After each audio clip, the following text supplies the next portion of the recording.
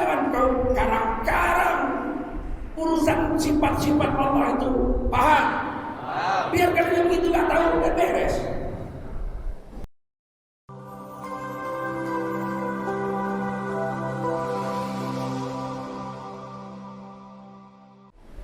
Wassalatan wassalaman ala Rasulillah wa ala alihi wa sahbihi wa mawala. Allahumma salli wa sallim ala hadha nabiyil karim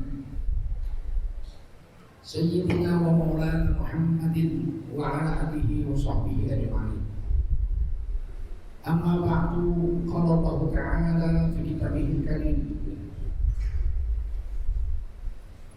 A'udzu billahi minasy syaithanir rajim. Bismillahirrahmanirrahim.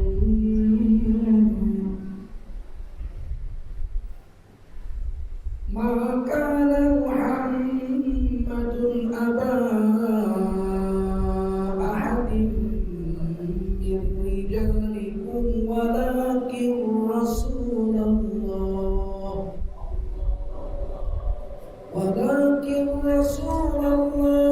khataman nabiyyin wa kana Allahu bikulli syai'in alima. Ya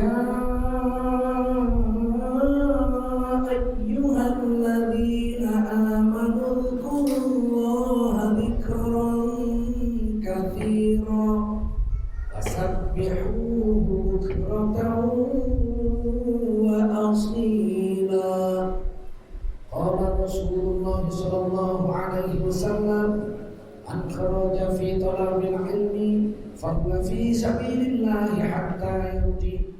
Baginda Rasul bersabda, siapa keluar untuk mendapatkan ilmu, orang itu adalah orang yang berjihad fi sabilillah sampai dia kembali ke rumahnya.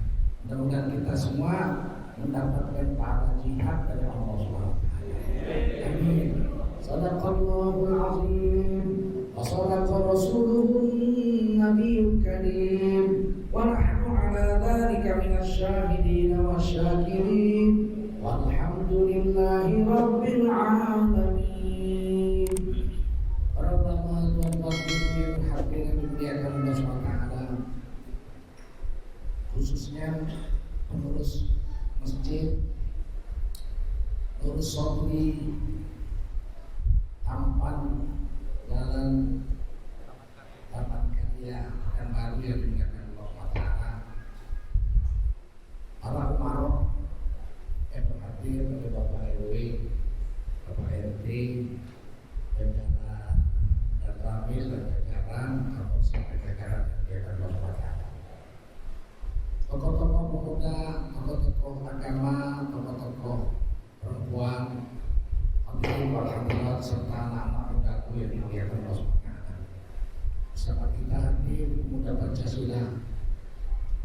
Alhamdulillah, pemuda Pancasila malam ini mengaji bersama kita. Pemuda Pancasila lahir dalam rangka menjaga NKRI yang berfalsafah Pancasila dan Undang-Undang 45 melawan pemberontakan Partai Komunis Indonesia. Jadi kalau melihat pemuda Pancasila, kita harus ingat pemberontakan Partai Komunis Indonesia. Anak-anak muda sekalian, pundak kamulah tanggung jawab menjaga NKRI ini tetap abadi sampai hari kiamat. NKRI yang baratun, thayyibatun, warahmatullahi. Wajiblah kita bersyukur pada Allah SWT. Salawat dan salam kita sampaikan untuk baginda Rasulullah Sallallahu Alaihi Wasallam yang malam ini kita mendekati hari lahirnya. Tolong yang di dekat pintu beri kesempatan supaya yang di luar bisa masuk. Yang ada yang berdiri-berdiri di luar, saya mau semua masuk. Tempat ini masih lebar. Ya, semua masuk aja. Sebelah kiri masih banyak tempat. melapor ke kiri.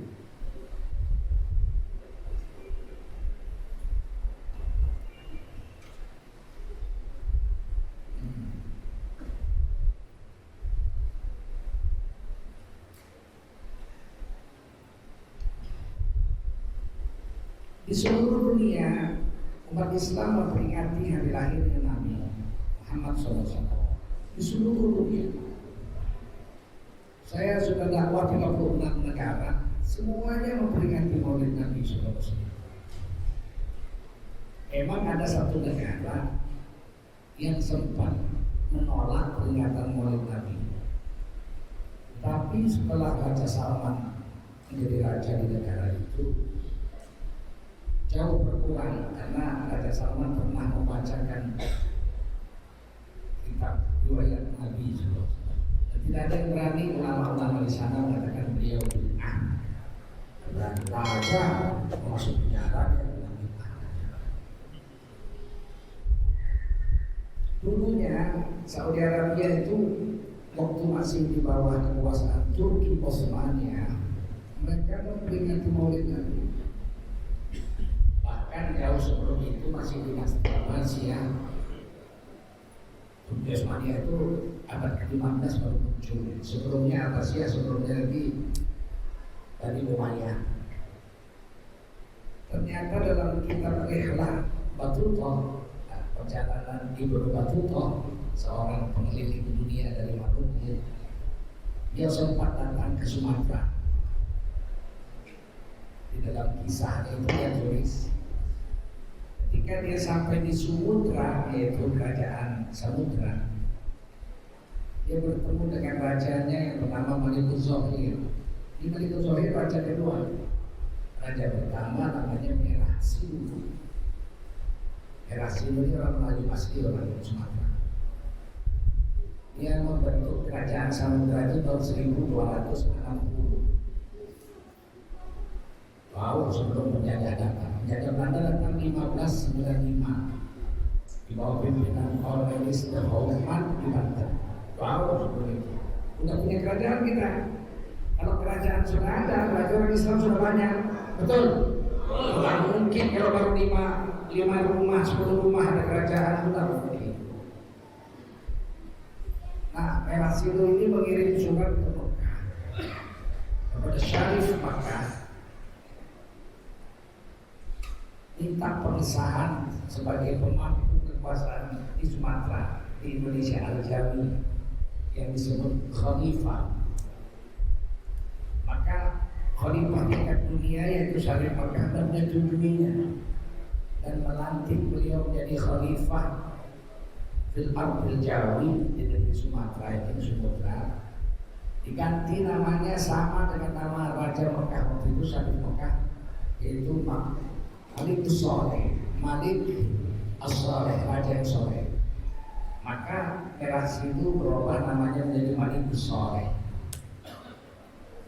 Dia wafat digantikan anaknya Malik As-Zohir yang pertama. Kemudian Malik As-Zohir wafat digantikan rajanya ketiga Malik As-Zohir II. Pada saat Malik As-Zohir berkuasa inilah Ibnu Battuta datang ke Sumatera, pergi sholat Jumat jalan kaki, itu tulis, pergi jalan kaki ke masjid sholat Jumat dengan raja dan panglima-panglimanya. Sholat Jumatnya pakai mazhab Imam Syafi'i. Di situ anak mazhab Imam Syafi'i ditulis dengan mazhab Imam Syafi'i. 2 kali azan maksudnya. Kemudian pulangnya naik gajah, masuk, pulang naik, itu ditulis.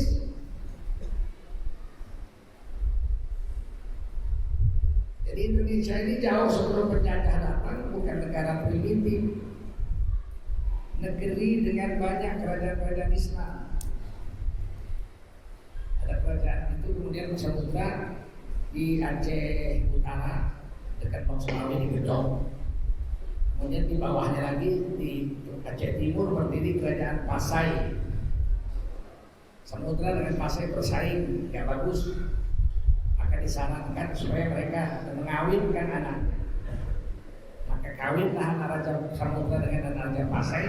Kerajaan itu berubah menjadi kerajaan Samudra Pasai. Nanti kemudian besar menjadi kerajaan Aceh. Kerajaan Aceh pindah dia ke Sumatera Utara. Pada Aceh sekarang Kota Raja.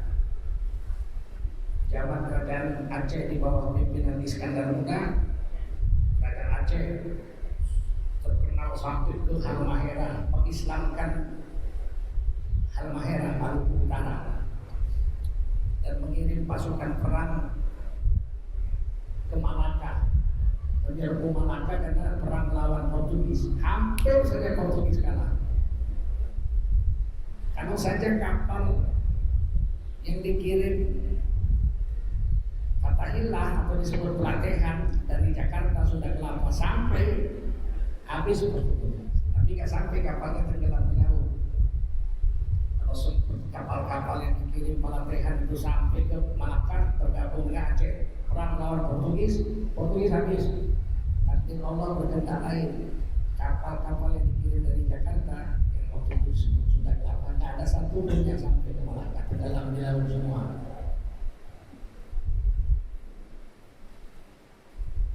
Nah, dalam perjalanan rihlah Patutah itulah diceritakan ketika aku sampai ke Madinah. Tidak sampai ke Madinah juga. Pada saat itu Madinah sedang bulan Maulid. Seperti sekarang ini lah Rabiul Awal. Apa yang terjadi katanya? Kota Madinah itu di malam hari seperti siang. Semua orang memasang lampu. Tadi saya lihat lampu colok, teringat saya. Inilah dulu di Madinah. Maulid Nabi orang semua pasang lampu berubah-ubah, sehingga kota Madinah kurang bergerak. Kata Ibnu Battulah meriah seperti siang. 1 bulan penuh bulan Maulid mereka memasang lampu malam hari seterang-terangnya dan memperingati hari lahirnya Rasulullah Muhammad SAW. Itu masih tahun 1200-an. Jauh sebelum Saudi merdeka. Saudi merdeka tahun 1925. Dibantu penjajah Inggris, perang melawan Turki, Khalifah Islam waktu itu, dan akhirnya mereka merdeka. Sejak itulah Maulid Nabi dilarang. Tapi sekarang enggak dilarang.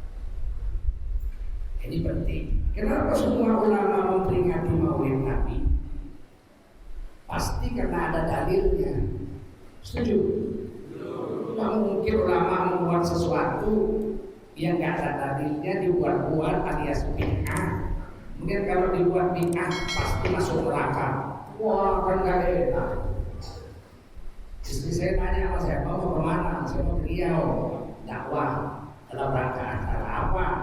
Dalam rangka masuk neraka jahanam. Masuk neraka jahanam apa? Karena memperingati Maulid, hukumnya bid'ah masuk neraka jahanam. Siapa kali lah kalau begitu. Kalau Maulid Nabi ini bid'ah masuk neraka, yang nomor 1 masuk neraka. Ketua kenajian masjid masuk usul tidak. Nah, saya nomor 2 usul. Kalau bapak-bapak ibu-ibu rame-rame di belakang kami, kan nggak enak. Kalau nggak mau memperingati Maulid, silakan. Karena memang tidak ada kewajiban. Tapi kalau ada orang yang memperingati karena cinta kepada Rasulullah, janganlah diancam-ancam pakai neraka. Betul? Kita bersyukur dapat minum, bersyukur dapat makan kepada Allah aja hebat. Betul kan? Dapat baju, dapat istri, dapat rumah, dapat anak, kita bersyukur kepada Allah. Hebat kan? Hebat kan? Apalagi kita bersyukur dapat Nabi. Kalau Nabi Muhammad gak dikirim ke dunia, kita jadi apa? Mungkin masih menyembah lembu kita, masih menyembah sapi kita. Allah utuskan Nabi Muhammad, jadi tahu kita bagaimana hidup di dunia ini sesuai dengan maunya Allah. Selama ini kita gak tahu, kita mau menyembah Allah, Tuhan yang Maha Kuasa. Caranya pun tak tahu. Siapa nama Tuhan semesta alam yang berkuasa itu pun kita tak tahu namanya. Kalau tidak ada nabi yang mengantarkan wahyu dan petunjuk hidup kepada kita semua. Setuju? Nanti ada. Nanti saya sediakan. Sama.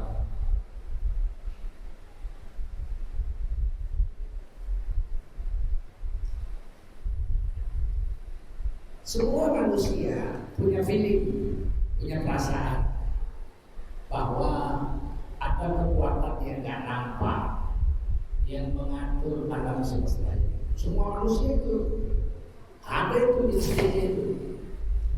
Siapapun orangnya. Waktu zaman Nabi Adam, anak-anaknya, cucu-cucunya diajari Nabi Adam. Tuhan itu namanya Allah. Sampai zaman Nabi Nuh, manusia masih lurus, masih nyembah Allah. Nabi Nuh itu cicit Nabi Adam generasi ke-8. Nabi Nuh, Nabi Adam punya anak 200 orang kembar. Salah satu dari Nabi Sis, terus ada Nabi Iblis, terus sampai yang ke-8 Nabi Nuh. Nabi Nuh dengan Nabi Adam masih lupa. Semua padang nyobor. Nabi Nuh cucu cicit ke-8, keturunan ke-8 dengan Nabi Adam masih jumpa. Kenapa? Karena Nabi Adam umurnya panjang 1050 tahun. Dalam kitab Qasasul Anbiya Imam Ibnu Katsir diceritakan Nabi Adam itu 100 tahun tinggal di surga, 950 tahun tinggal di dunia. Berapa umur Nabi Nuh? Kalau Nabi Adam 1050, sedangkan Nabi Nuh alaihissalam umurnya 950 tahun. Manusia kalau mulai murtad menyembah batu di zaman Nabi Nuh alaihissalam, generasi ke-8. Sebelumnya masih bagus, kemudian dimatikan semua oleh Allah karena 420 tahun didakwah mau masuk Islam, kamu kembali kepada agama Nabi Adam. Padahal Nabi Nuh ini dakwahnya lailan wan nahar, malam dan siang. Di dalam Al-Quran diceritakan hadis, tidak ada nabi yang dakwah malam dan siang kecuali Nabi Nuh alaihissalam. Nabi Muhammad siang dakwah, malam tahajud. Waminal laili fatahajjat bihi nafilatan lak, dan sebagian malam sholatlah tahajud sebagai tambah ibadah. Siang Nabi dakwah, ya ayyuhal muddatsir qum fa'anzir wa thiyabaka fatahhir. Hai kamu orang yang berselimut tipis di siang hari, bangun, beri peringatan pada manusia, pakaianmu bersihkan. Jadi kalau jadi pendakwah itu pakaian harus bersih, tidak mesti baru, tapi nggak boleh pakaian itu jorok, bau, pucel, nggak boleh. Disuruh di Quran, pendakwah bajunya harus bersih. Kalau malam Nabi sholat, ya ayyuhal muzammil qumil lail illa qalila. Hai orang yang berselimut tebal di malam hari, bangunlah malam, buatlah sholat separuh malam atau kurang dari separuh. Nabi Muhammad malam tahajud, siang dakwah. Kalau Nabi Nuh malam dan siang beliau berdakwah. Diangkat jadi Nabi umur 480. Diangkat jadi Nabi umur 480.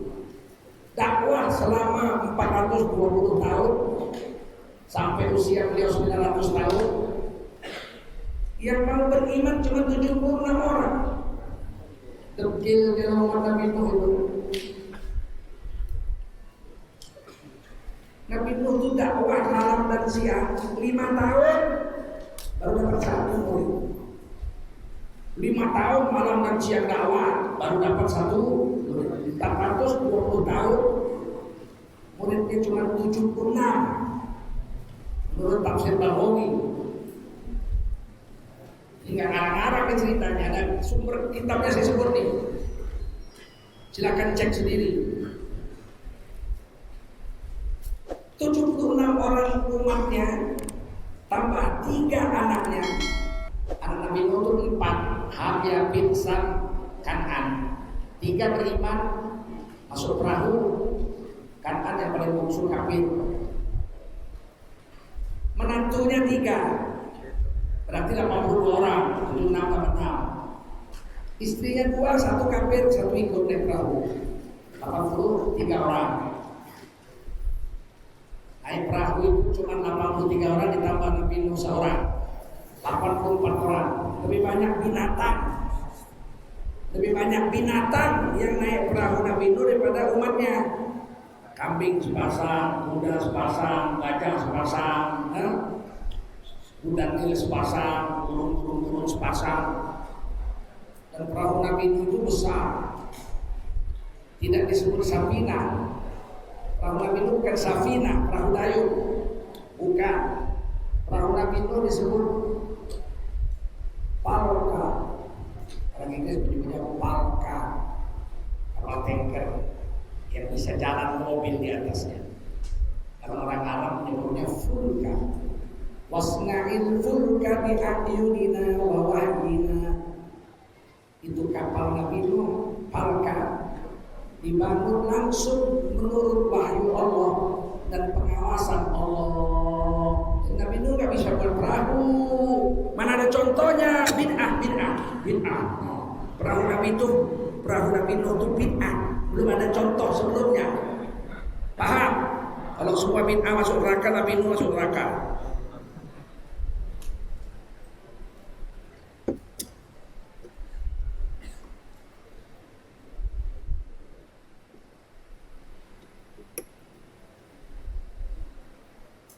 Jadi perintah Allah tanam kayunya jenis ini sampai kayunya besar, berat 80 tahun menumbuh kayunya saja. Potong di sini, sambung di sini, bengkok kayak di sini, mana Nabi Nuh tahu, bikin aja. Perahu itu sudah dapat tersangkut di gunung Judi. Kata Quran wastawat 'alal judi. Itu perahu nyangkut di atas gunung Judi. Di dalam kitab Taurat, gunung Judi itu disebut gunung Ararat.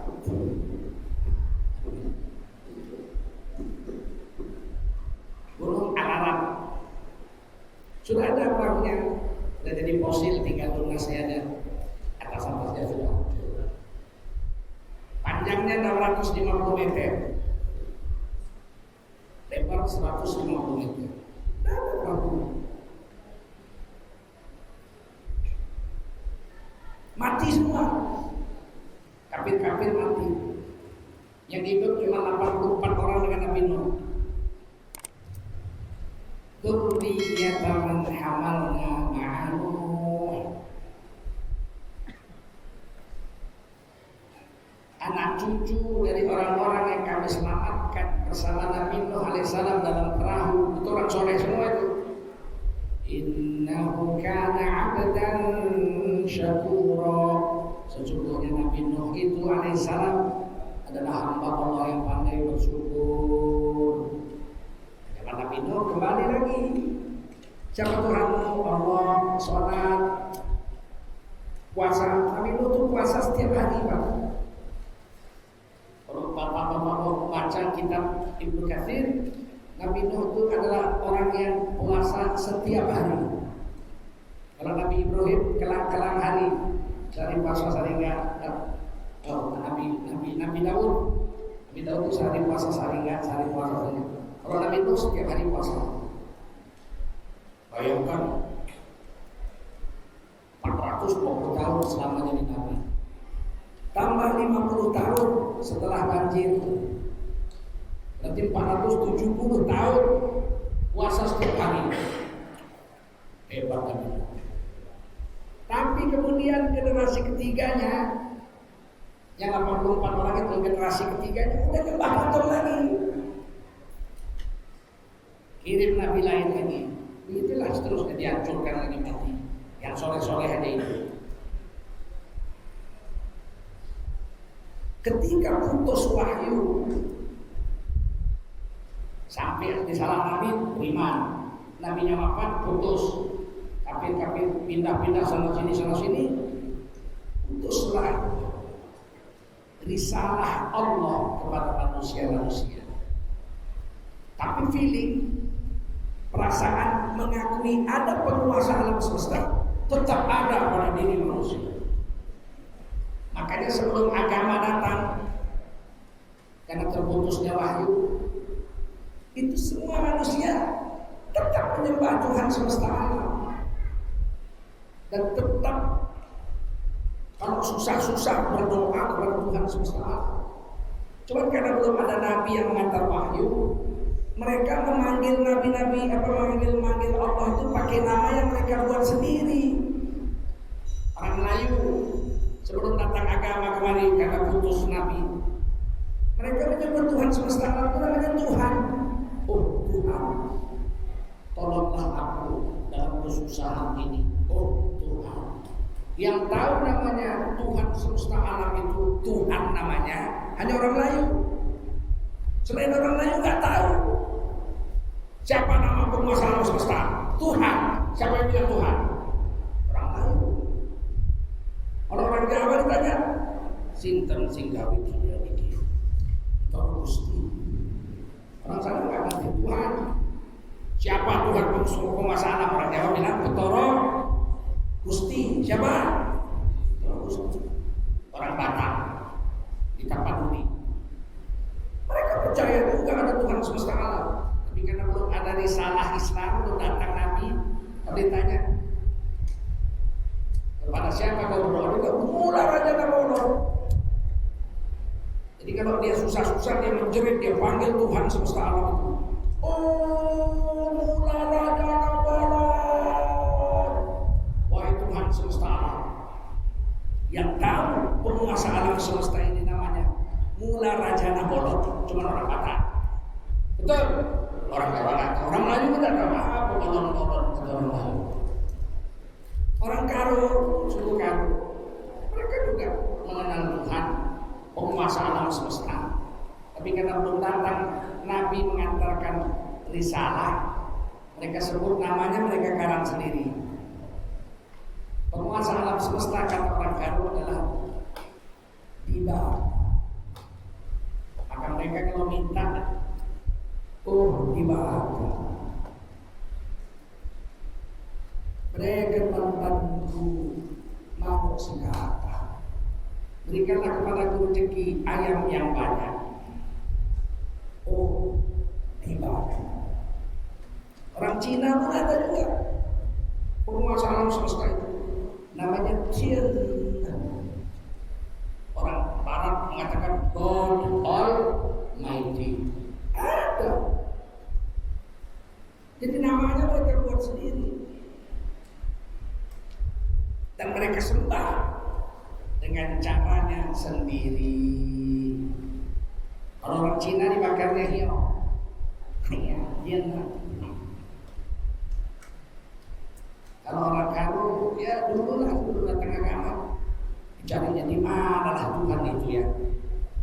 Jumpa pohon besar, kurasa di sini ya Tuhan itu. Sembelihnya lah ayam, diletakkannya lah ayam panggang di bawah pohon itu. Oh di mata, wahai Tuhan, ini ayam panggang. Aku suka makan ayam, kau kurasa suka juga. Pakai akalnya aja, orang belum ada nabi, belum ada agama. Allah gak mau kita seperti itu. Dikirim Allah lah nabi. Paham? Huwallazi arsala rasulahu bil huda wa dinil haqq. Dialah Allah yang telah mengutuskan seorang nabi, yaitu Nabi Muhammad SAW, membawa petunjuk hidup dan agama yang paling betul. Nabi katakan, saya nabi, mari ikut saya untuk menyembah Allah.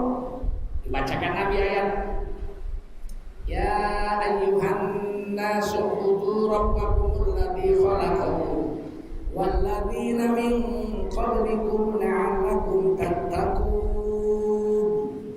Hai kamu manusia, sembahlah Tuhanmu, Rabb, penguasa alam semesta. Rabb itu yang menguasai alam semesta. Alhamdulillahi Rabbil alamin. Segala puji bagi Rabb, Tuhan yang menguasai alam semesta.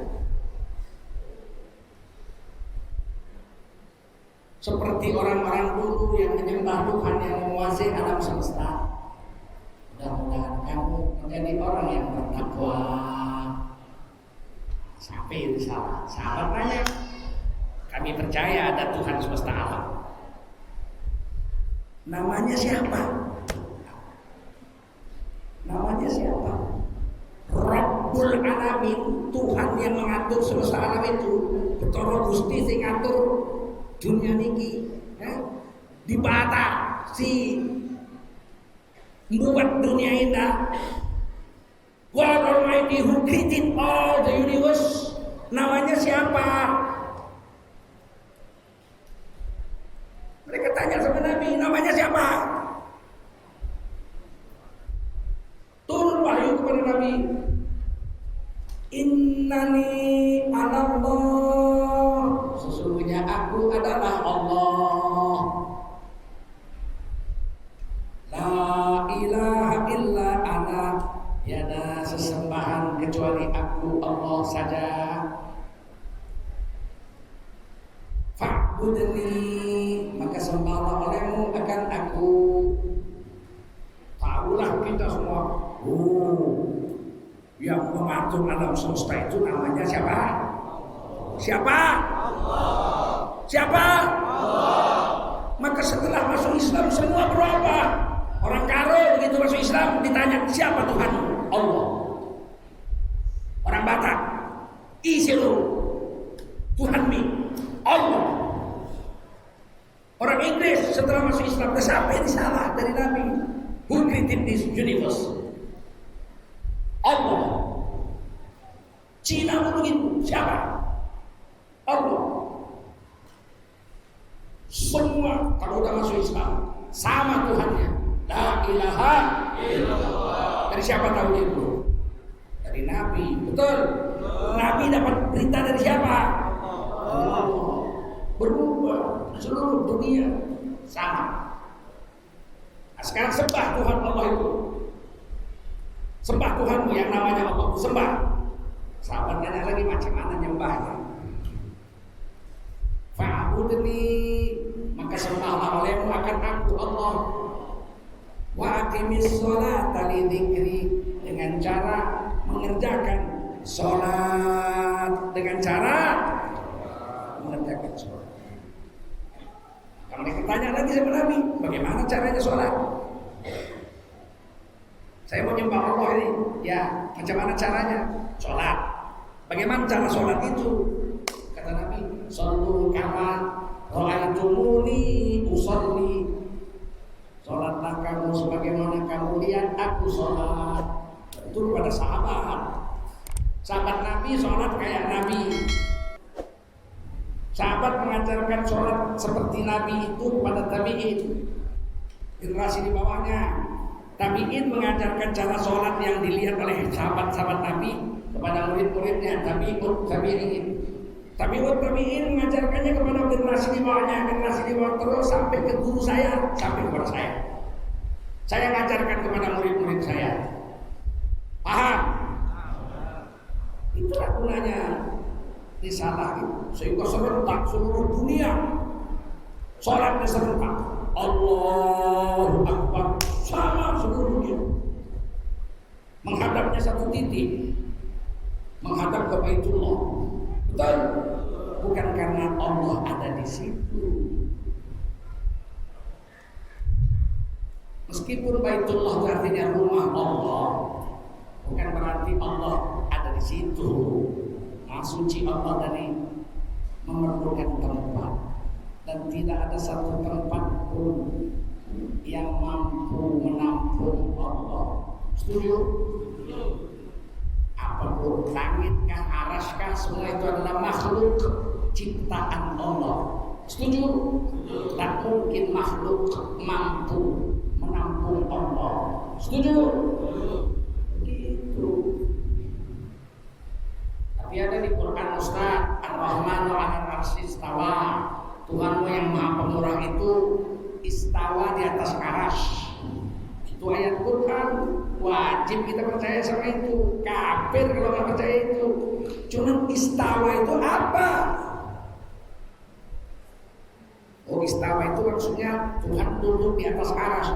Istawa bukan duduk. Duduk bahasa Arabnya jalasa. Apa? Bukan istawa. Bertempat tinggal. Bertempat tinggal itu sakana. Bukan istawa. Ya, apa harus percaya Tuhan itu istawa di atas arasy, berarti Tuhan berada di atas arasy. Kalau begitu bagaimana dengan Baitullah, rumah Allah? Apa Allah berada dalam Ka'bah? Jangan kau pelintang-pelintut urusan tauhid ini. Terus bagaimana mengartikan istawa? Enggak tahu. Kalau ulama-ulama salaf, bukan ulama salafi, bukan ulama salaf. Imam Syafi'i, Imam Maliki, Imam Hanafi, Imam Hambali itu ulama-ulama terdahulu. Beliau-beliau ini tidak mengartikan arti istawa itu. Ar-Rahmanu 'alal 'arsy istawa. Tuhanmu yang Maha Pemurah itu istawa di atas arasy, titik. Ditanya, apa itu istawa Tuan Guru? Tidak tahu. Biarkan aja lah begitu. Nanti kita sudah hari kiamat baru kita tahu apa artinya istawa. Aman, betul. Betul. Nggak tahu. Kalau nggak tahu rupanya nggak boleh. Banyak ayat Quran itu yang kita tidak tahu.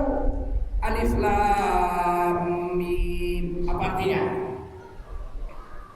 Tidak tahu. Yang tahu artinya hanya Nur. Apa artinya Nur? Jawab, apa artinya Nur? Tidak tahu. Siapa yang tahu artinya? Aduh. Jangan kau artikan Nur. Apa artinya Pak Guru? Nur jauh ke sana. Jangan kau karang-karang agama. Ulama salaf membiarkan ayat-ayat yang mutasyabihat seperti itu adanya, tidak diartikan dan tidak dibahas-bahas. Saya tidak tahu titik, nanti di akhirat baru tahu. Selesai, aman. Itu paham salaf. Yadullah fawqa aydihim. Tangan Allah di atas tangan orang-orang kafir. Tangan orang kafir kita tahulah. Tangan Allah tidak tahu. Biarkan aja begitu. Apa artinya yadullah? Tidak tahu artinya yadullah, apa nggak tahu. Sempat diartikan tangan itu ada seperti ini. Cuman bentuknya lain. Kok kau serupa-serupakan Allah dengan kau? Tangan Allah ya tangan. Di atas tangan orang kafir macam tadi kecap tadi lah. Cak. Jangan kau karang-karang urusan sifat-sifat Allah itu. Paham? Biarkan dia begitu nggak tahu kan beres.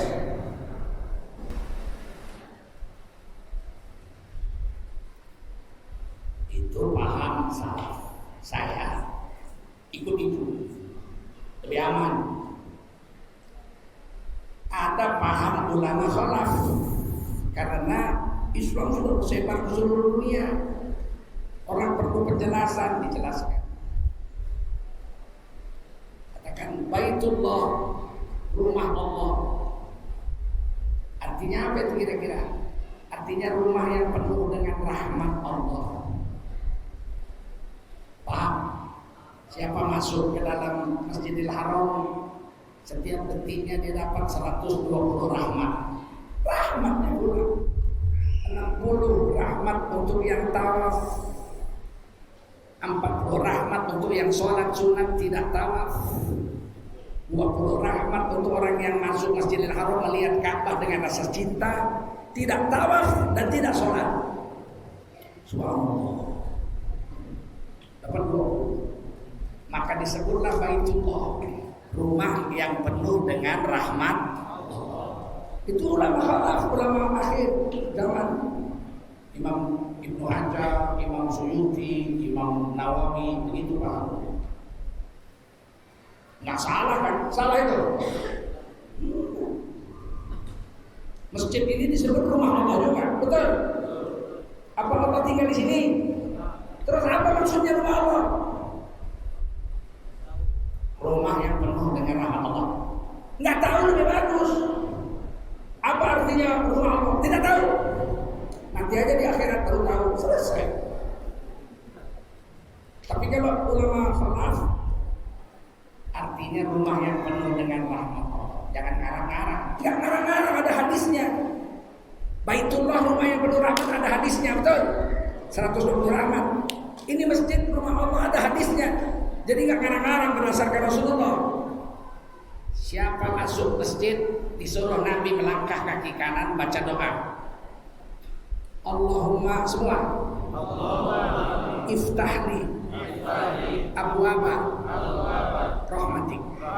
Ya Allah, bukakanlah olehmu untukku pintu-pintu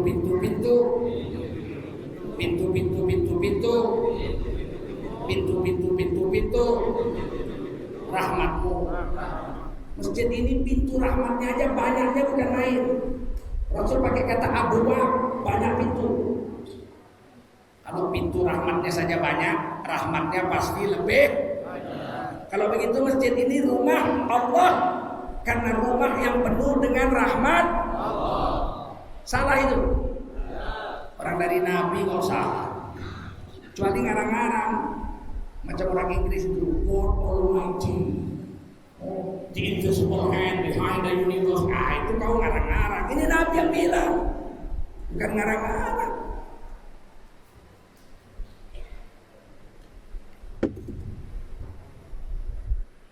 Dan setelah masuk Islam kita tahu siapa Tuhan kita.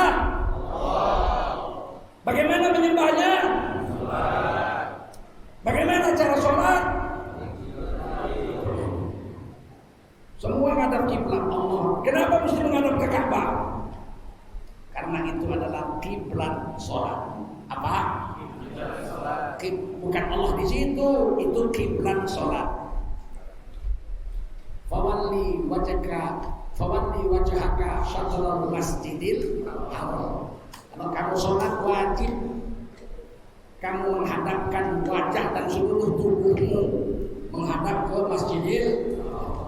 Itu kiblat sholat.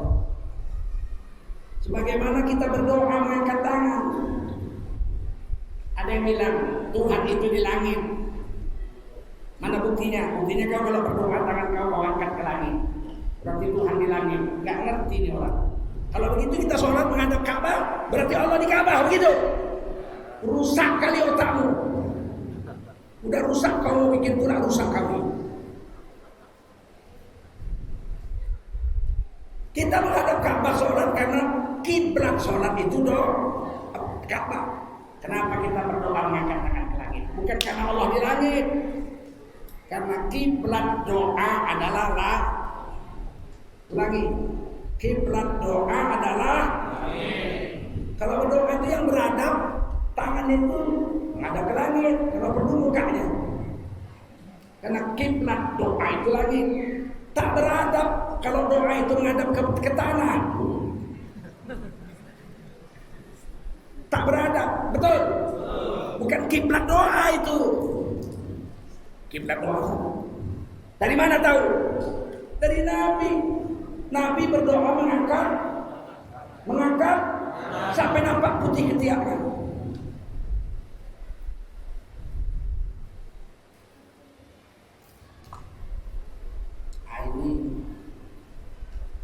Ini betul-betul yang diajarkan Nabi. Yang hari ini mulai mau dirusak-rusak. Tentu karena yang kafir. Udah ada videonya, kafir sesat. Karena nggak percaya Tuhan ada di arasy. Memang nggak ada ayatnya bilang Tuhan ada di arasy. Tapi ada ini Ar-Rahmanu 'alal arsy istawa. Allah yang Maha Pemurah istawa di atas arasy, bukan berada di arasy, bukan berada di atas arasy, bukan duduk di atas arasy, istawa. Apakah arti istawa? Tidak tahu.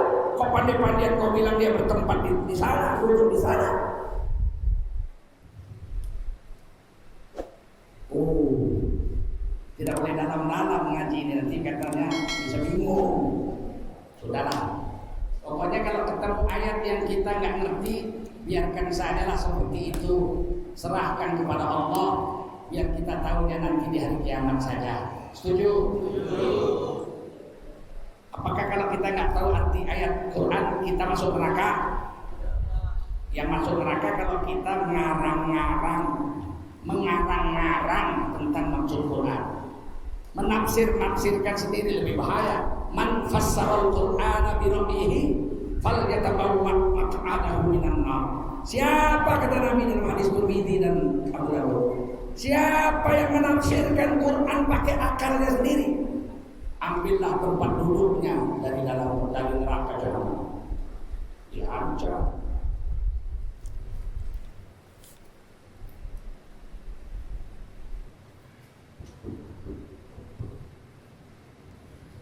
Nabi diutus ke bumi membawa petunjuk hidup. Walladzi arsala rasulahu bil huda, bawa petunjuk hidup, membawa hidayah. Sekarang saya tanya biar jangan lupa, Nabi turun ke dunia membawa apa? Hidayah, petunjuk hidup. Nabi tidak pernah turun ke dunia membawa budaya. Walaupun Nabi orang Arab, Nabi turun ke dunia tidak bawa budaya Arab. Yang dibawa Nabi petunjuk hidup. Dari siapa petunjuk hidup itu?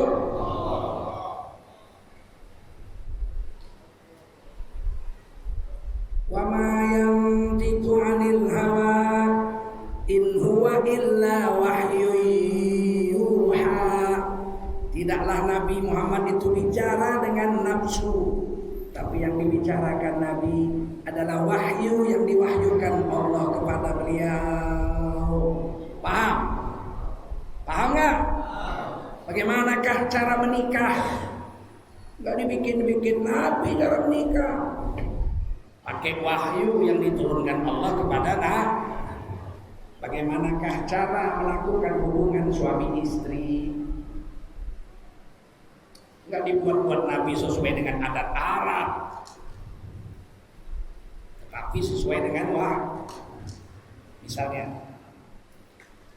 nisa'ukum harsul lakum fa'tu harsakum anna syi'tum. Istrimu itu adalah ladangmu, maka datangilah ladangmu dari mana saja kamu mau mendatanginya. Jadi nggak dibuat-buat pakai adat. Halusnya bahasa Quran, nggak ada porno. Padahal cerita bersetubuh itu.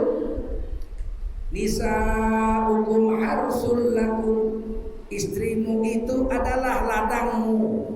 Fa'tu harsakum anna syi'tum.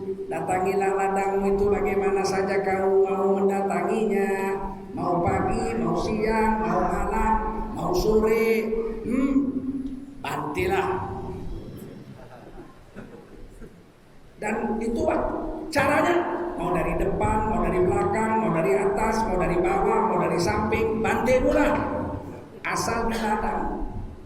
Asal di ladang. Jangan di tetangga ladang.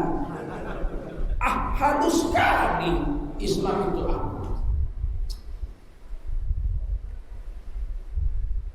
Jadi bukan adat Arab yang dibawa Nabi. Urusan mau campur sama istri aja yang dibawa adalah kehendak Allah. Kalau istrimu nggak bisa dibina, jahat, suka selingkuh, suruh sholat tak mau dibina. Suruh sholat tak mau dibina, suruh sholat tak mau dibina, nggak mau juga bisa tidur. Pukul dulu, pukul, kakinya dipukul. Kenapa sih kau? Semenjak kawin sama aku lah, 3 bulan ini nggak pernah kau mau suruh sholat. Kalau nggak mau Kalau nggak tahu kau cara sholat biar ku ajar. Sini, oh pandai aku sholat. Cuma aku nggak mau. Udah 3 bulan nggak mau, bolehlah dipukul kakinya. Fatribuha, pukul kakinya. Nggak mau juga. Bisa tidur. Kita tidur di kamar, dia tidur di dapur. Jangan kita di dapur, dia di kamar. Kita tidur di kamar, dia tidur di. Kalau sudah bisa tidur, nggak mau juga sholat, maka tahap yang ketiga, pulangkan dia kepada bapak atau apa, bukan dicerai, dipulangkan. Pak, anak bapak ini semenjak saya kawin ini nggak mau sholat, udah aku nasihatkan 3 bulan tak mau, udah aku pukul kakinya tak mau, udah aku pisah tidur tak mau juga, dipulangkan sama bapak. Bapak tolong ajar anak bapak sholat. Kalau sudah sholat, telepon aku pak, aku jemput anak bapak. Jadi bukan dicerai, pulangkan. Dan dipulangkan 3 hari tiba-tiba anak perempuan itu nangis. Pak, aku taubat, aku sembahyang, aku taubat itu pak. Aku sembahyang. Nah, udah sholat istrimu. Itu nggak sembarangan pakai nafsu Nabi, itu pakai Al-Quran dan Sunnah. Tiba-tiba udah 3 bulan nggak ditelepon mertua. Datang dia, Pak mertua apa kabar? Ajak bini kau. Kenapa? Wah sekarang bukan lagi nggak sholat, tambah mabuk pula minum tua. Maka diceraikan. Ya Pak, diceraikan, ditolak, diceraikan. Ada Al-Quran surah Tolak. Di Quran ada ayat tentang menceraikan istri. Dan Nabi bersabda, Abghadul halali indallah at-talaq. Abghadul halali indallahi at-talaq. Perbuatan yang halal tapi sangat dibenci Allah adalah perceraian. Tapi halal, cuman Allah benci. Daripada haram, lebih baiklah diceraikan, makruh, benci Allah, daripada haram. Paham? Paham gak? Nabi pernah bercerai. Nabi Ismail, istrinya dicerai atas perintah bapaknya Nabi Ibrahim. Nabi Muhammad pernah menceraikan istrinya. Anak Umar bin Khattab, Hafsah radhiyallahu anha, diceraikan Nabi. Terus menyesal, Hafsah diambil Nabi lagi jadi istri. Ada nikah, ada talak, ada rujuk, ada nikah, talak, rujuk. Itu syariat Islam, ada di Quran, ada di hadis. Bukan maunya Nabi itu, tapi petunjuk dari wa ma yantiqu 'anil hawa in huwa illa wahyu. Nabi enggak bertindak, enggak bicara sesuai nafsu, tapi Nabi bicara sesuai dengan wahyu yang diwahyukan. Sampai sini paham? Dan Nabi wajib beriman kepada wahyu. Bukan hanya kita yang wajib beriman. Kita baca ayatnya semua, kita hafal. Amanar Rasul bima unzila ilaihi wal mu'minun. Telah beriman Nabi kepada apa-apa yang diturunkan Allah kepada beliau. Dan kita juga orang beriman kepada Al-Quran yang diturunkan Allah kepada beliau. Kullun amana billah, semuanya percaya kepada Allah. Hafal kita ayatnya. Jadi yang wajib menjalankan syariat Islam 100% bukan kita saja, tapi juga Rasulullah Muhammad sallallahu alaihi wasallam. Kalau kita melanggar aturan agama, kita dikenai dosa. Kalau yang wajib ya.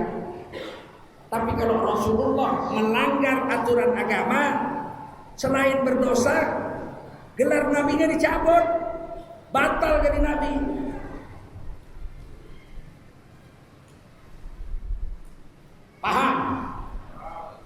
Makanya Nabi itu wajib sifatnya siddiq. Benar, kalau salah bukan Nabi. Pernahkah Nabi melakukan salah? Tidak pernah. Kalau sudah ada hukum, Nabi tidak pernah melanggar. Kata orang lain, tak ada pohon tidak bergetah meskipun pirah dengan geladi. Tak ada insan yang tak bersalah kecuali Rasul dengan Nabi-Nabi itu maksud terpelihara dari dosa. Amanah. Nabi-Nabi terpercaya. Betul? Bahkan Nabi Muhammad belum jadi Nabi sudah digelar Al-Amin, orang yang orang Nabi itu tabligh menyampaikan semua risalah dari Allah, nggak ada satu pun disembunyikan dan nggak ngarang-ngarang. Hamim.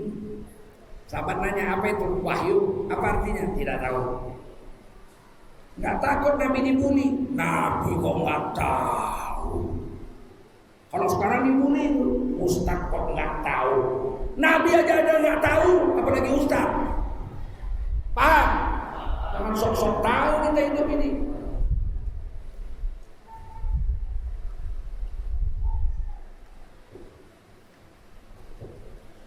Inilah tentang dasar-dasar kepahaman agama.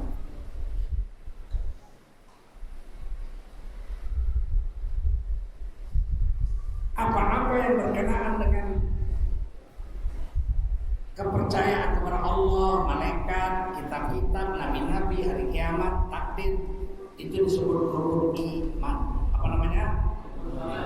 Sedangkan aturan-aturan wajib, sunat, mubah, makruh dan halal itu disebut syariat Islam. Apa namanya? Iman diperiksa di kubur. Kalau gagal pemeriksaan iman di kubur, disiksa sampai hari kiamat.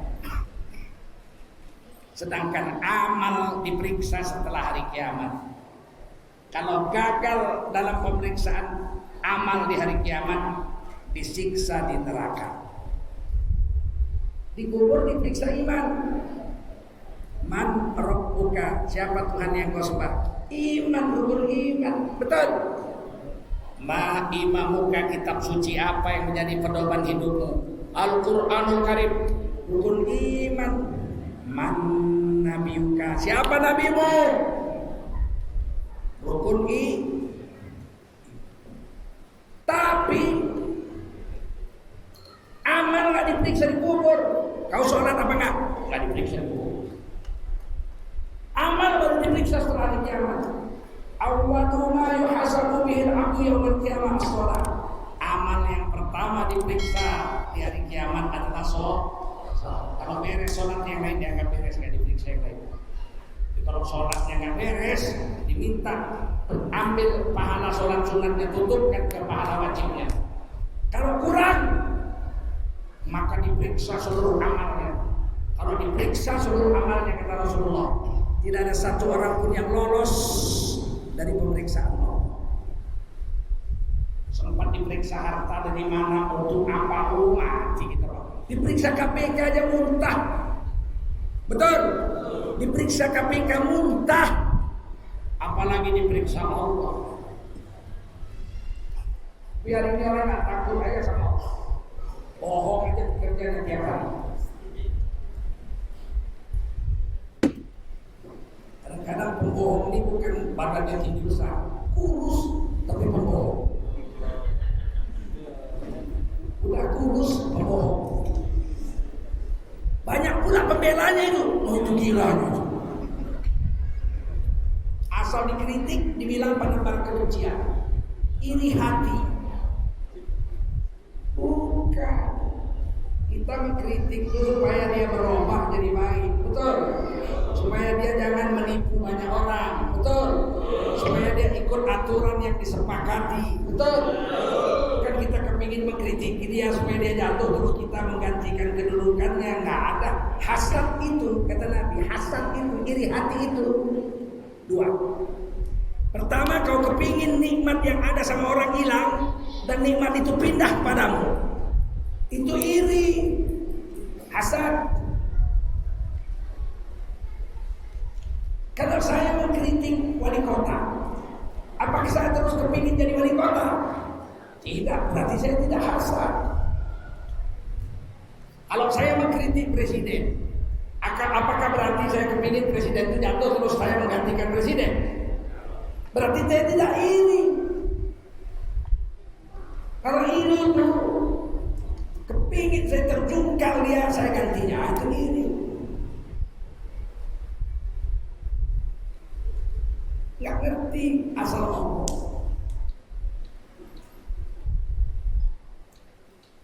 Sekarang kita masuk ke tema kita, fitnah akhir zaman. Sabar ya, sabar. Ngaji ini sabar. Tadi itu mukadimah.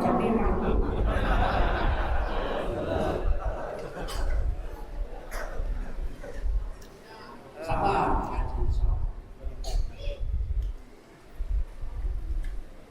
Ceramah ini bahaya Pak, terlalu tinggi, puas orang-orang pintar, orang-orang yang tak pintar kecewa. Rendah dibikin, puas orang-orang awam, menghina orang-orang pintar. Begini aja ceramahnya kita tertidurkan lain. Kalau begitu aku pun pandai kan. Agama kan susah. Maka kita mendengarkan ceramah agama itu bukan supaya kita pandai, alim, hebat, supaya kita dapat yang dijanjikan Nabi. Pertama, la yaqudu qaumun yadhkuruna Allah illa haffathumul malaikah. Kalau kita datang ke dalam majelis ilmu seperti ini, maka datanglah malaikat memayungi kita dengan sayap-sayapnya, bersusut-susut sampai langit dunia. Miliaran malaikat yang memayungi kita, ini lebih banyak malaikatnya dari kita. Supaya dapat itu. Kapan kita dipayungi malaikat? Takutnya dipayungi setan kita, kawan kita. Masih nengok ini orang aja. Kata setan, cocok sama kita. Kapan kita dipayungi malaikat? Inilah waktu mengaji ini. Betul? Waktu siatul rahmah, disirami dengan rahmat oleh Allah. Kita dapat kasih sayang selama di sini. Kemudian mana salat alaihi mustakinah, dapat ketenangan jiwa. Gak ingat utang yang hadir dalam itu. Besok pulang baru pening kepala. Sekarang lupa dengan utang, ada ketenangan jiwa. Betul? Keluar dari sini rasanya tenang. Itu sakinah. Sebab sakinah itu ketenangan jiwa. Adanya dalam agama. Kalau mau memberi makan jiwa supaya tenang, itu lewat agama. Sebab sakinah itu unsilat ma'al malaikah. Unsilat minas sama'i ma'al malaikah. Yang namanya sakinah, ketentraman jiwa, itu turunnya dari langit, diiringi oleh para malaikat. Kalau nggak ada malaikat di situ, itu bukan sakinah namanya. Panggil organ tunggal, panggil penyanyi perempuan pakai baju jaring-jaring saking tipisnya, berjogetlah dia macam ulat bulu disiram bensin. Kekanan dan kekanan, ke kiri dan ke kiri. Kita nengok, ikutlah kita berjoget. Sakitnya tuh di sini. Makan sayur tuh campur daging anjing. Senang kita. Apakah itu sakinah? Tidak. Karena nggak ada malaikat di situ, bukan sakinah namanya. Paham? Kalau kita zikir, air mata bercucuran, setelah zikir kita tidur, tenang kita tidur. Itu sakinah. Kita baca Quran, Sadaqallahul Azim, tutup, terasa sejuk dada kita. Itu sakinah. Kita bangun tahajud malam, Allahu Akbar, nangis kita bercucuran air mata. Assalamualaikum warahmatullahi wabarakatuh.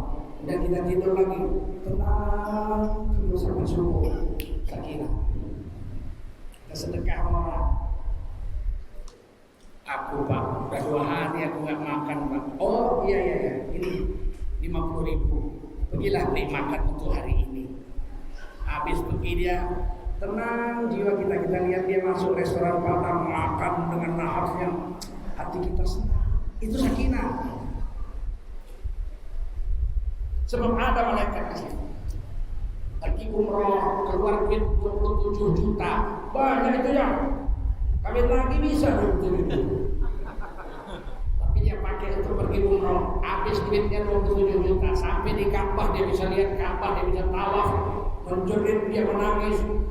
Pulang umroh, dicukur kepalanya. Sampai di hotel dia mandi. Baring tempat tidur. Rasanya hilang segala beban kehidupan. Sakinah. Sakinah itu ada malaikat. Taklim seperti ini kita dapat sakinah. Kemudian batakarahullahu fi manidahu. Nama kita disebut satu-satu di langit oleh para malaikat sehingga kita jadi terkenal di langit. Mungkin saja kita tidak dikenal di dunia. Miskin, tidak punya istri, tinggal di pinggir hutan, mati sendirian, tidak dikuburkan orang. Tapi kalau kita rajin datang ke majelis zikir, majelis taklim seperti ini, seluruh malaikat selangit mendoakan kemuliaan atas kematian kita. Tidak terkenal di bumi, tapi seluruh malaikat kenal kepadanya. Dan yang paling indah hadis yang lain. Begitu kita berdiri dari tempat ini, berserulah malaikat dari langit. Qumu maghfurah. Berdirilah kamu semua, dosa kamu sudah diampuni oleh Allah Subhanahu.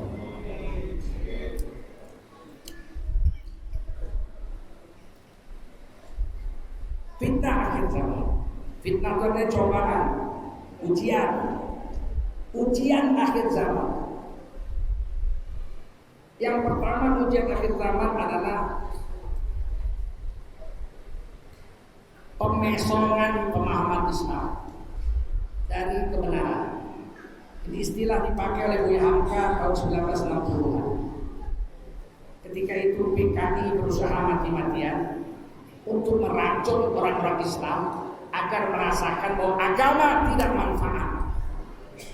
Maka dikatakan agama adalah racun kehidupan. Tidak bisa maju manusia kalau bawa agama. Supaya maju kita harus bebas. Lihat, negara Cina maju. Udah ada menteri yang ngomong gitu. Negara Cina maju karena komunis. Artinya apa itu? Kalau kalian mau maju, jadilah kalian komunis. Jangan bawa Tuhan, nggak maju deh. Macam mana mau maju? Ini haram, ini haram, ini haram, ini haram. Kebanyakan haram kau. Makan aja semua, biar kau jadi orang kaya, kau ambil semua. Ini pembelokan ajaran Islam. Apa katanya? Sedangkan yang haram pun payah dapat, apalagi yang halal. Ini pembelokan ajaran Islam. Allah memerintahkan makan yang halal. Tiba-tiba dia bilang yang haram aja payah dapat, apalagi yang halal. Itu kan menghina Allah itu. Betul? Betul? Allah suruh makan yang halal, dia bilang yang halal itu payah dapat. Sedangkan yang memberi rezeki ini Allah. Innallaha yarzuqu man yasha bighairi hisab. Allah beri rezeki kepada siapa Allah mau tanpa perhitungan banyaknya. Kau usah takut karena rezeki. Selagi kita masih hidup, itu artinya rezeki yang disediakan Allah untuk kita belum habis.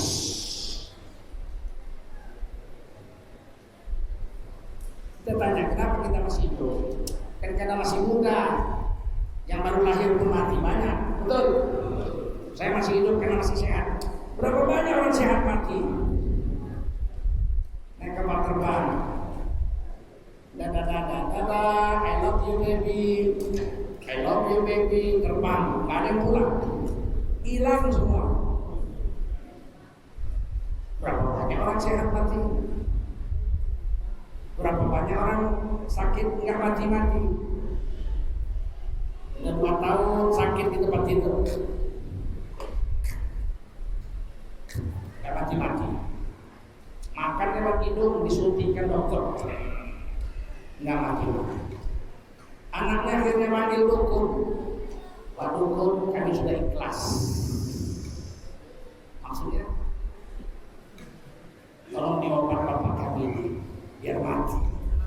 Kami sudah ikhlas. Diobat dukun itu lagi ambil daun batang kerok dipukuli. Tuh setan yang kesakitan.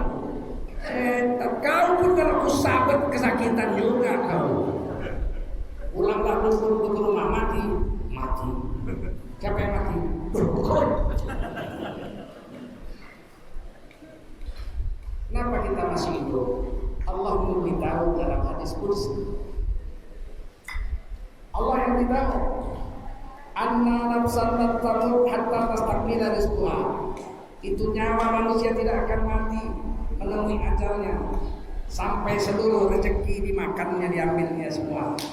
Setelah rezeki yang disediakan Allah untuk dia habis semua diambilnya, barulah datang malaikat maut mencabut nyawanya. Kalau masih ada apel sebutir di Amerika tertulis nama saya tidak akan mati sebelum saya datang ke sana ambil apel itu, atau apel itu terbang ke mulut saya. Paham? Hampir ini orang takut gak dapat rezeki, tauhid rusak, mencuri, menipu. Nggak cukup makan nasi, aspal dimakan, besi dimakan, jembatan dimakan, perampok dikawal. Ada Cina koruptor besar 11 tahun buron, dicari-cari katanya nggak dapat, pulang ke Indonesia dikawal 2 jenderal polisi, urus KTP setengah jam jadi buronan. Istri saya wakil sekjen MUI pusat 10 tahun, urus EKTP setahun nggak jadi-jadi.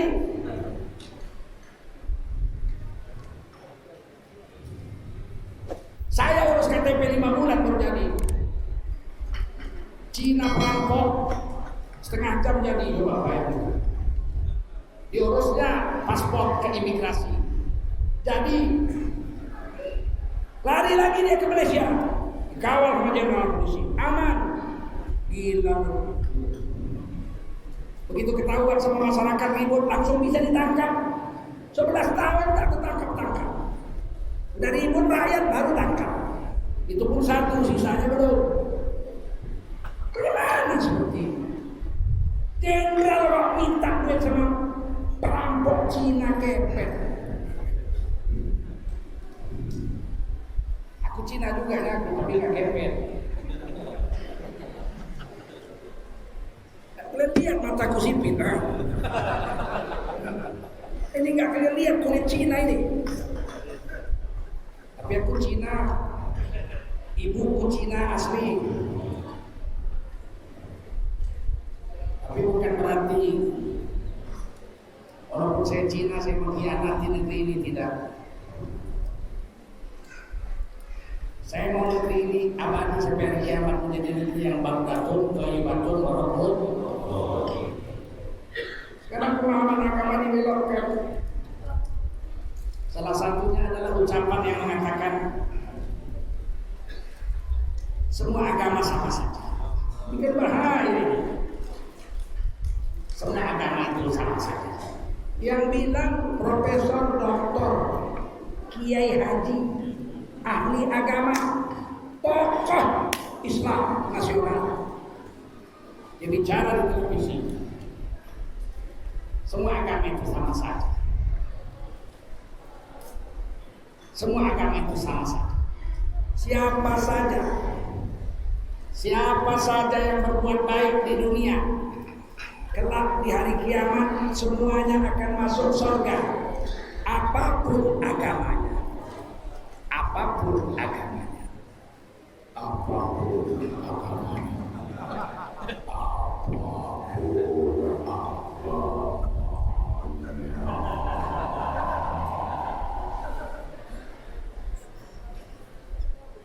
Profesor doktor kiai haji, setan ini bukan orang Islam. Betul.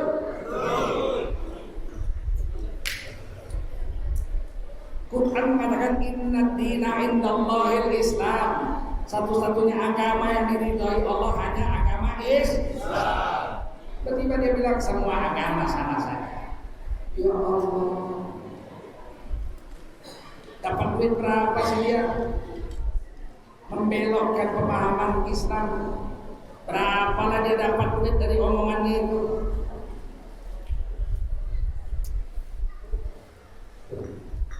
Yang sialnya pejabat langsung ngomong, jangan merasa paling benar sendiri, jangan merasa paling benar agamanya sendiri, agama orang semua dianggap sama. Itu penebar kebencian, pemecah belah NKRI, macam-macam lah.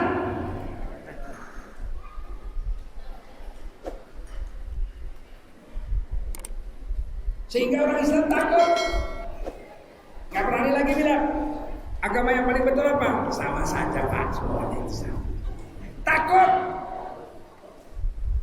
Takut membacakan Quran. Inna dina indallahil Islam.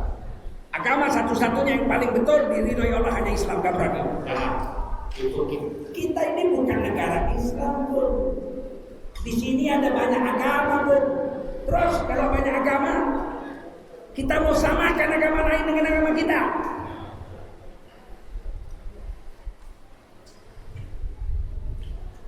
Kita ini kalau buang air kecil, jongkok, cebok, bersih.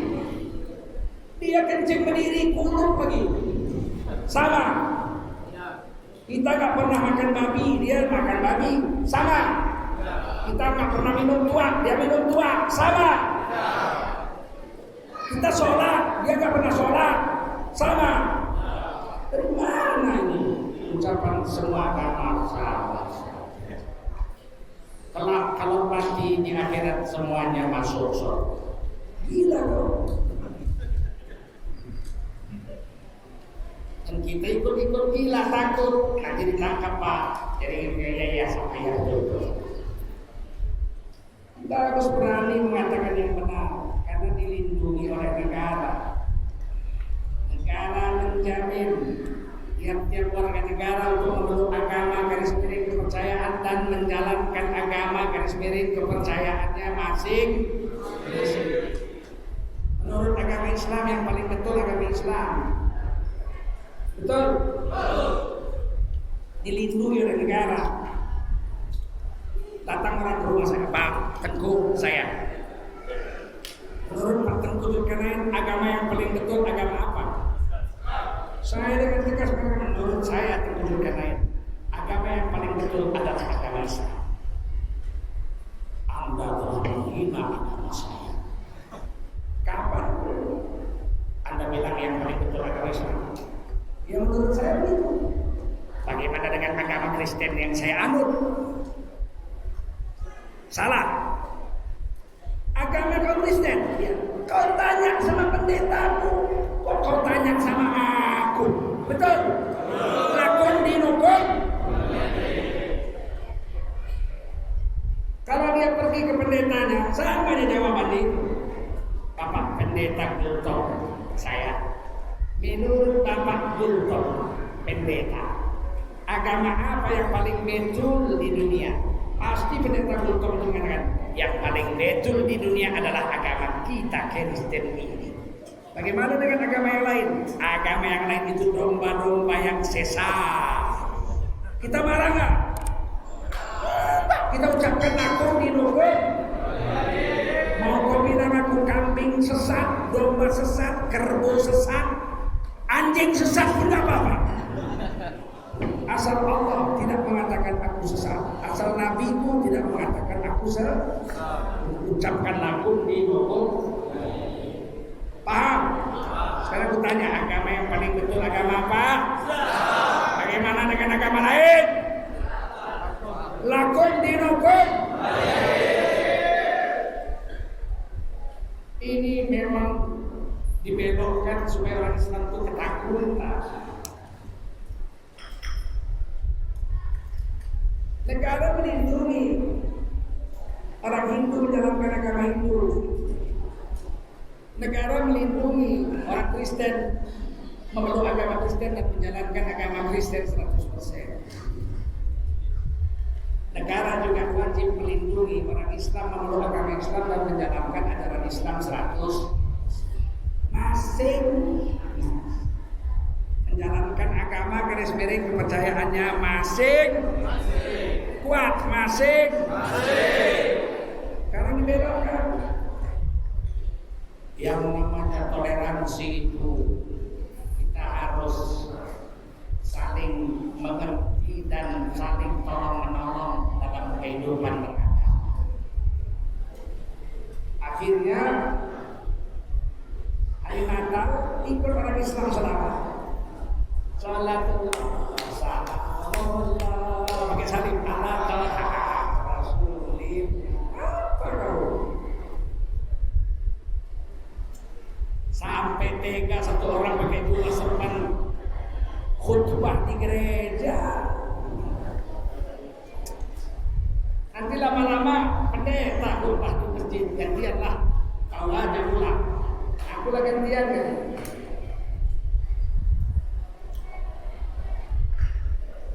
Mau kita itu pembelokan ajaran Islam.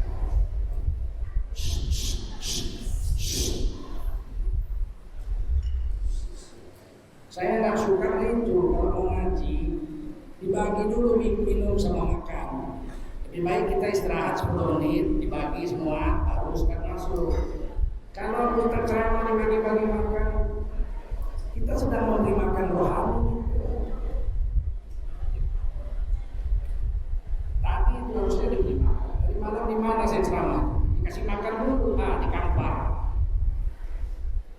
Dikasih makan minum semua, setelah 10 menit baru dipersilakan Ustaz ceramah. Jadi tidak terganggu ngaji itu. Saya pun makan dulu. Enak makanan saya kan? Coba bayangkan kalau saya ceramah sambil makan pisang goreng. Jadi saudara-saudara, tak sedap.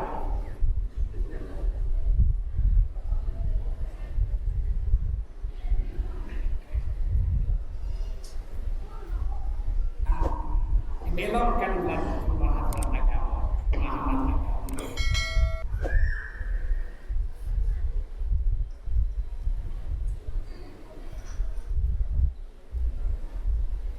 Baru-baru ini ada satu fraksi di DPR MPR mengajukan usul rancangan undang-undang haluan ideologi Pancasila. Di situ diusulkan Pancasila itu diperas menjadi trisila, 3 sila. Dan 3 sila itu ketuhanannya bukan ketuhanan yang Maha Esa, tapi ketuhanan yang berkebudayaan. Kalau sudah mantap, nanti diperas lagi menjadi satu saja, Indonesia tanpa agama. 1 sila saja, yaitu gotong royong, semua agama sama. Terserah mau kafir, terserah. Kan bahaya. Saya pernah datang dokter ke kantor saya, dia bilang semua agama sama saja. Ibarat sungai Islam, jamnya pensil, berkertas, ini sungai Islam, sungai Kristen, sungai Katolik, sungai Hindu, sungai Buddha, berbeda-beda ini semuanya Pak di dunia. Semuanya mengalir ke laut. Sesampainya di laut, semuanya adalah laut. Tak ada lagi sungai Islam, sungai Hindu. Maksud saya di dunia ini semua agama itu berbeda-beda. Tapi kalau udah mati semuanya hamba Allah, sama belaka masuk surga semua. Wah, jadi agama sama. Gak ada beda, nggak ada. Yang dibeda-bedakan. Saya bilang cocok kali ini. Ini udah bulan Sya'ban. Kenapa ribut?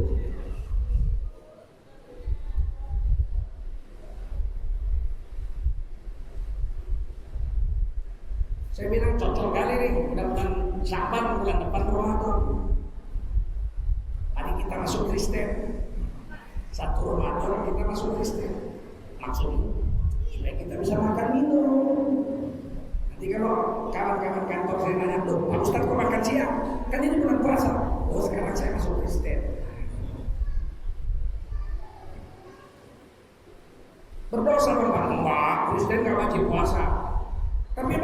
mati kan masuk surganya sama kamu. Sama semua agama. Nanti ada Cina masuk Cina, minum ciu, hanya orang minum ciwa, minum anggur. Harap Pak, saya sekarang lagi masuk agama Cina. Kalau agama Cina ada dewa yang memberi pahala orang mabuk, namanya Ciu Sian, dewa mabuk. Nah, syukur-syukur mati sedang agama Kristen. Dipakein sepatu, pakai celana, pakai baju, pakai jas, pakai dasi, rambut dipakein minyak rambut disisir, gagah kali nggak masukkan dalam peti. Syukur-syukur. Katanya nggak begitu lah. Kalau nggak begitu semua agama sama saja. Kalau mati masuk surga. Oh maksud saya bukan begitu Pak ya. Tentulah agama itu berbeda-beda. Kalau berbeda pulang kau. Jangan kau minum kopi, gua ambil kopi gua lagi. Sampai hari kiamat jangan kau datang lagi ke kantor. Kita mau dimurtadkan, mau dibelokkan pemahaman kita. Dia dokter agama. Yang didatangi saya. Bagaimana kalau kalian ini anak-anak muda kita ini didatangi kayak gitu? Mau menjawab apa dia? Berapa dia dapat duit untuk memesongkan pemahaman Islam itu? Dunia ini seperti kotoran kambing di atas rumput. Tak ada selembar pun harta dunia dibawa mati ke dalam kubur. Betul? Cuma tinggal naikkan kapan itu dulu kan kita yang beli, tetangga yang belikan. Istri tinggal, mana ada istri yang mau ikut ke para perempuan, maukah kalian ikut dikubur karena suami kalian mati? Jawab kuat-kuat, mau? Kok diam kalian? Mau? Iya. Kalau suami kalian mati, maukah kalian dikubur bersama suami kalian? Ya. Kok diam kalian? Woi, mau nggak? Mau nggak? Mau? Insya Allah. Mau nggak? Apalagi kami nggak mau juga. Kalau mati kalian kubur kalian. Syukur-syukurnya kami ganti yang baru. Nggak ada barang dunia ini dibawa masuk kubur. Gadaikan agama kita dengan dunia yang hina ini.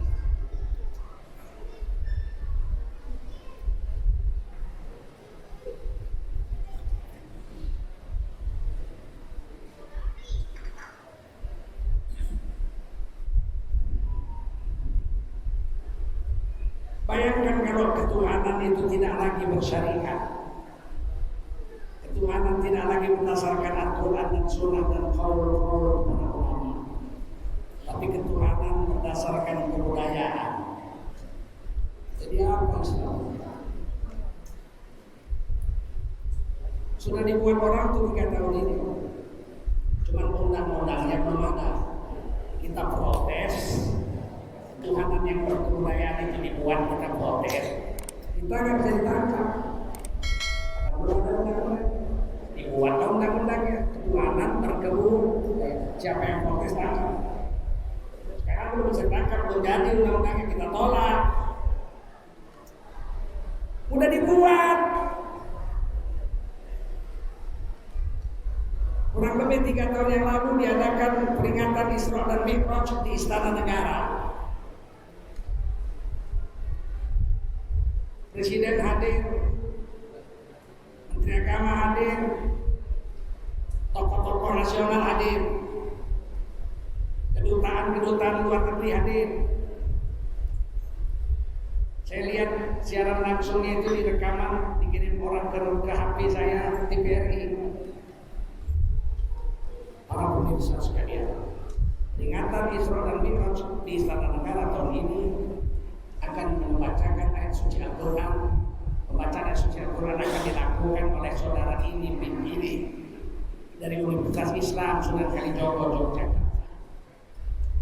Membacakan surah An-Najm ayat 1 sampai sekian dan surah Al-Isra ayat 1 sampai sekian.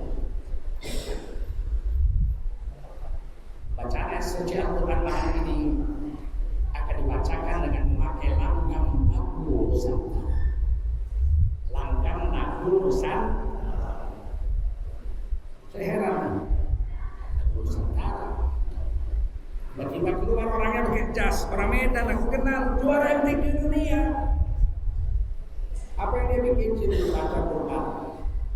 Begitu dia baca baru saya tahu apa itu langkah Nusantara. Subhanalladzi asra bi'abdihi lailan minal masjidil haram.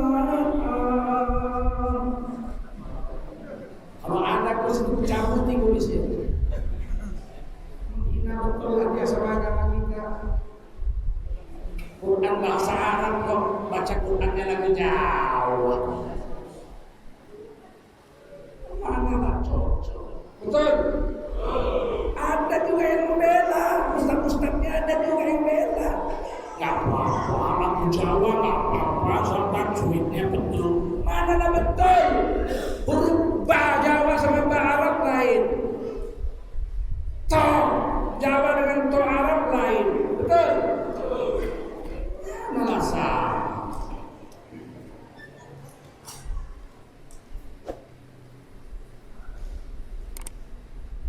Sedangkan kebudayaan sama kebudayaan kalau nggak cocok ditolak orang. Betul? Lagu Minang itu baru enak kalau pakai cengkok Minang. Gaya Minang.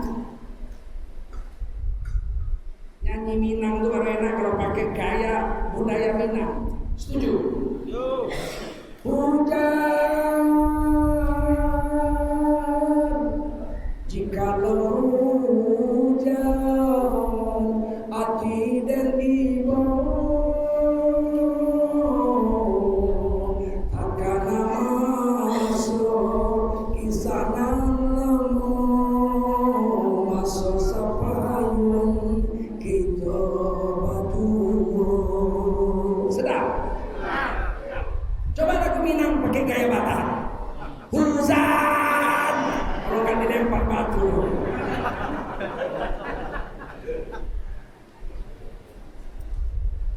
Apalagi baca Quran. Mau dibikin sama Menteri Agama itu musabaqah tilawatil Quran tingkat nasional dengan memakai lagu-lagu Nusantara. Apa nggak hancur agama Pak? Serta nomor lihat satu dari Sulawesi Selatan membawakan lagu Angin Mamiri.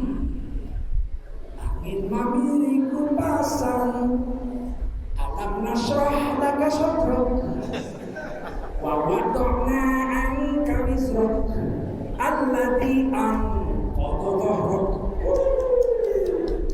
Serta nomor dua dari Yogyakarta membawakan lagu Yeneng Tawang Ono Linta.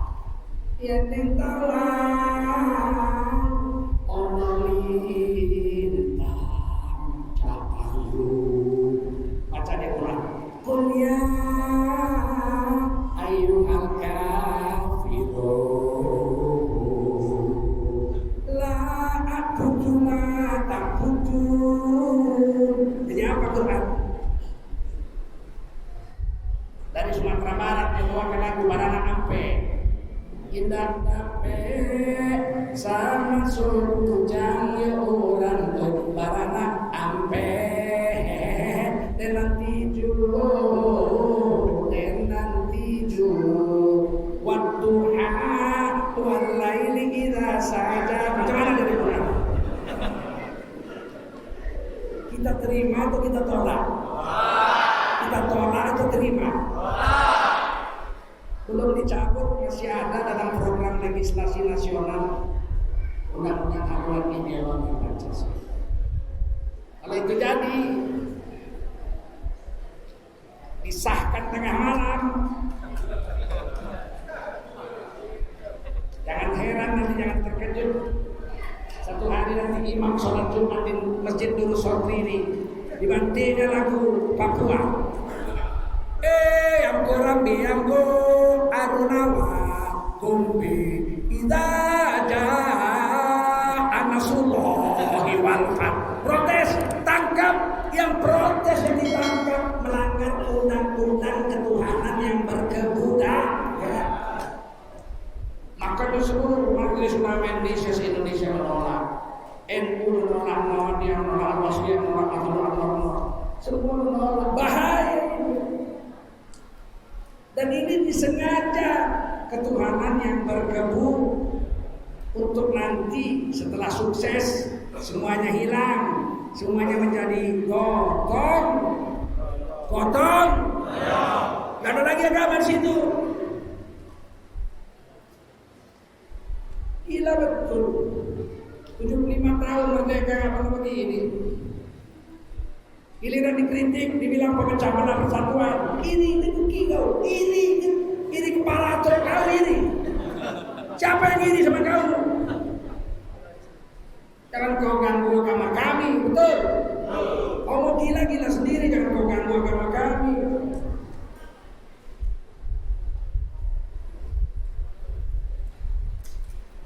Ini sudah dibikin sedemikian rupa, takut, diancam, ustaz, ditinggal, ditangkap polisi, gila.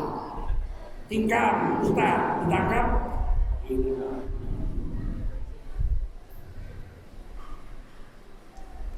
Orang gila kok tahunya menikam ustaz, ada enggak? Sekali-sekali menikam Kapolri, kenapa Pak? Orang gila. Enggak ada. Nah, inilah yang mau saya sampaikan fitnah pertama. Apakah kita mau ikut dalam membela agama atau kita mengambil kesempatan, ambil bimbingan sana? 2 hari ini beredar film My Flag and Radicalism, bendera merah putih dan radikalisme.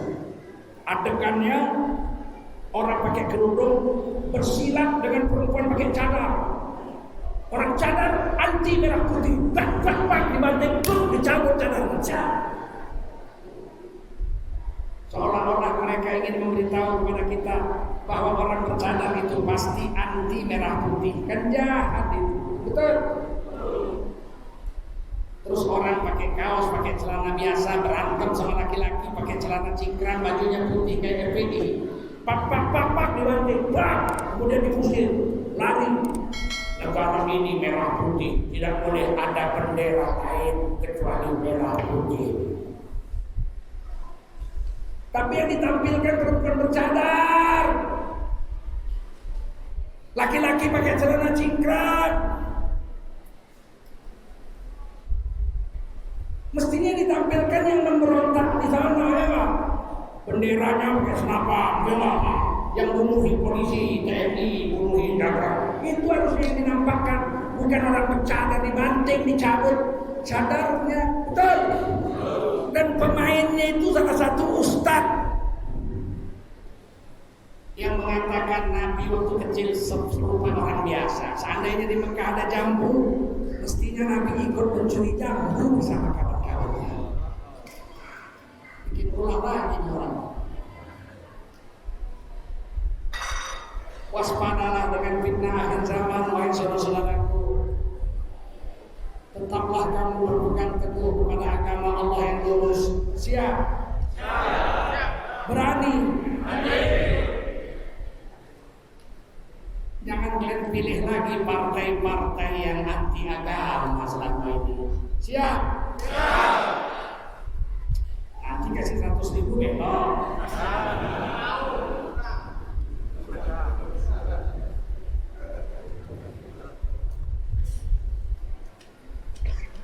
Orang-orang ceramah malam ini manfaat. Amin.